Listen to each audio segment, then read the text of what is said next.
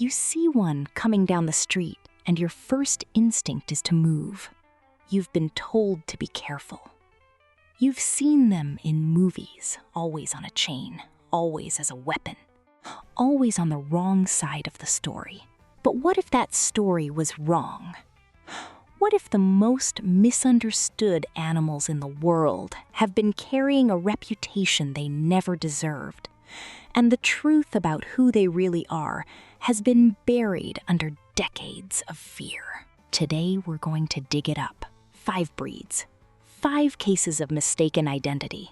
And by the end of this video, you'll have the truth. Breed 1, Rottweiler, descended from Roman war dogs, voted lovey-dovey by the AKC. 2,000 years ago, the Roman legions marched across Europe, and they didn't march alone. With them came large, powerful Mastiff-type dogs, used to herd the cattle that fed the army.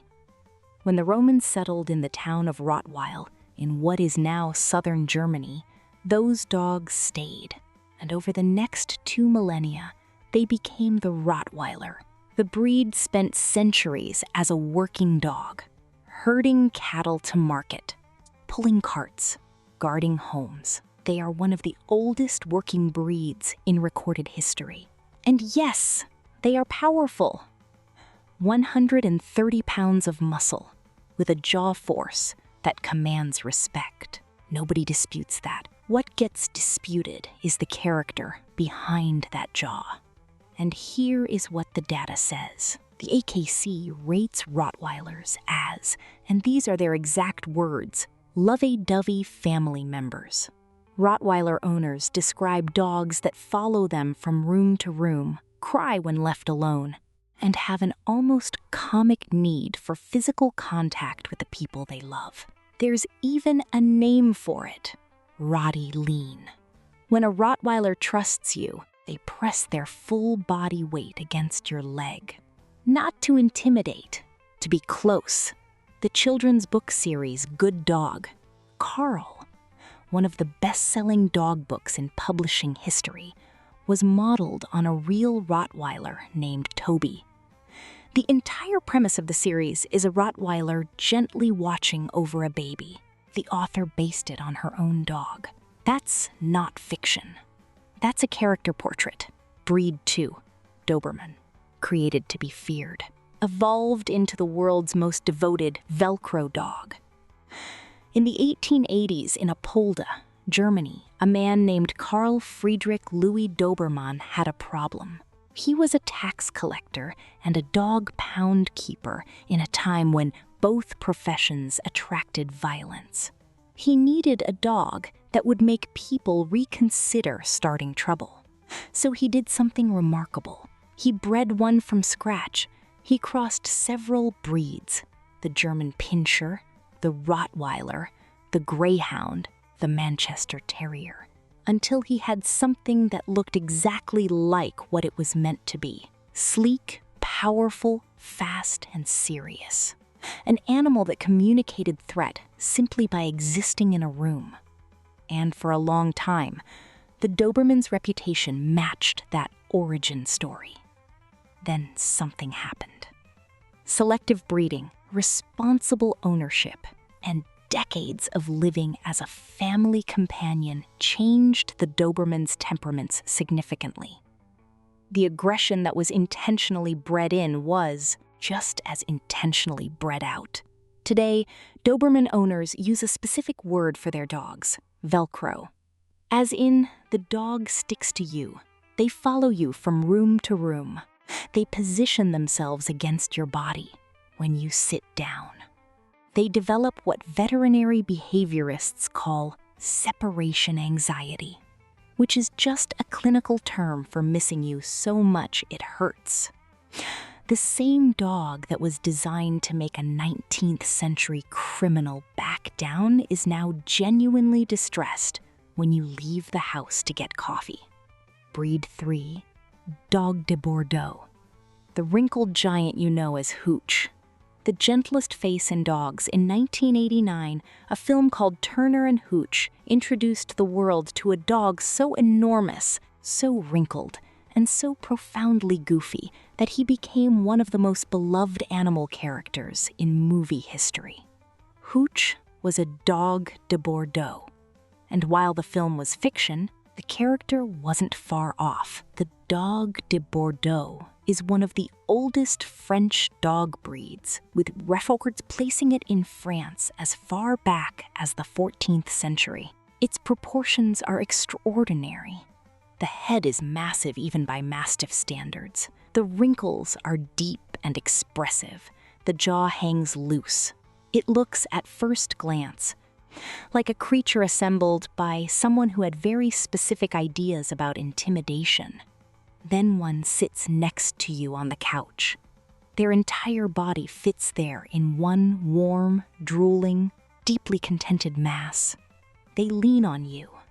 Just like the Rottweiler, the lean is practically a breed trademark. They are, by temperament, calm to the point of laziness when not engaged in something they love. They bond intensely with one family and are known for the quality of their loyalty, not their bark. The AKC describes their temperament in 3 words: loyal, affectionate, courageous. Dog behaviorists consistently note that Dogue de Bordeaux are rarely the first to react in a tense situation. They watch, they assess, and then they usually go back to leaning on the nearest human, 3 breeds in.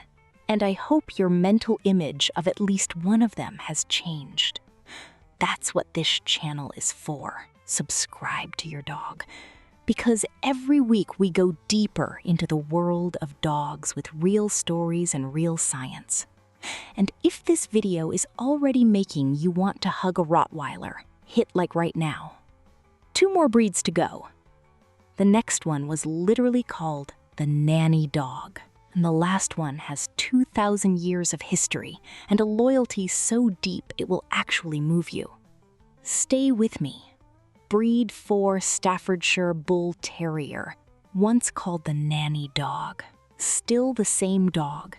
In Victorian England, the Staffordshire Bull Terrier had a nickname that tells you everything you need to know about how they were seen at the time. The nanny dog.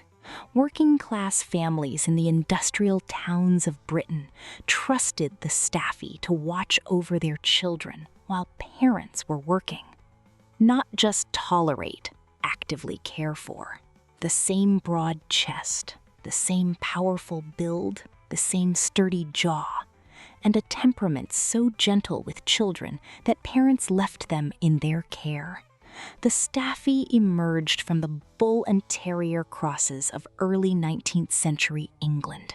Their history includes fighting, a fact that shouldn't be erased.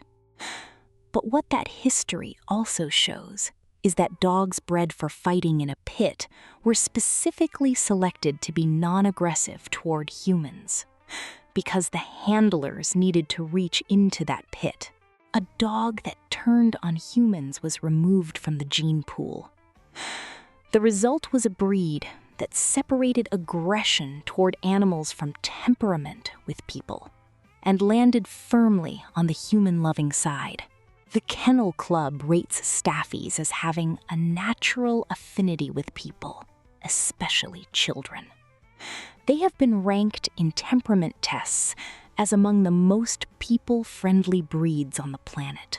In the UK, the Staffordshire Bull Terrier is consistently one of the top 3 most popular breeds by registration, not as a guard dog, as a family pet, as a companion, as the dog that thousands of British families describe in almost identical language as the most loving animal they have ever owned. Breed 5 Cane Corso, 2,000 years of history, a loyalty so deep it will move you. The name Cane Corso comes from the Latin cohors, meaning guardian, protector, bodyguard. The Romans used them in war. They used them to hunt wild boar. They used them to guard estates.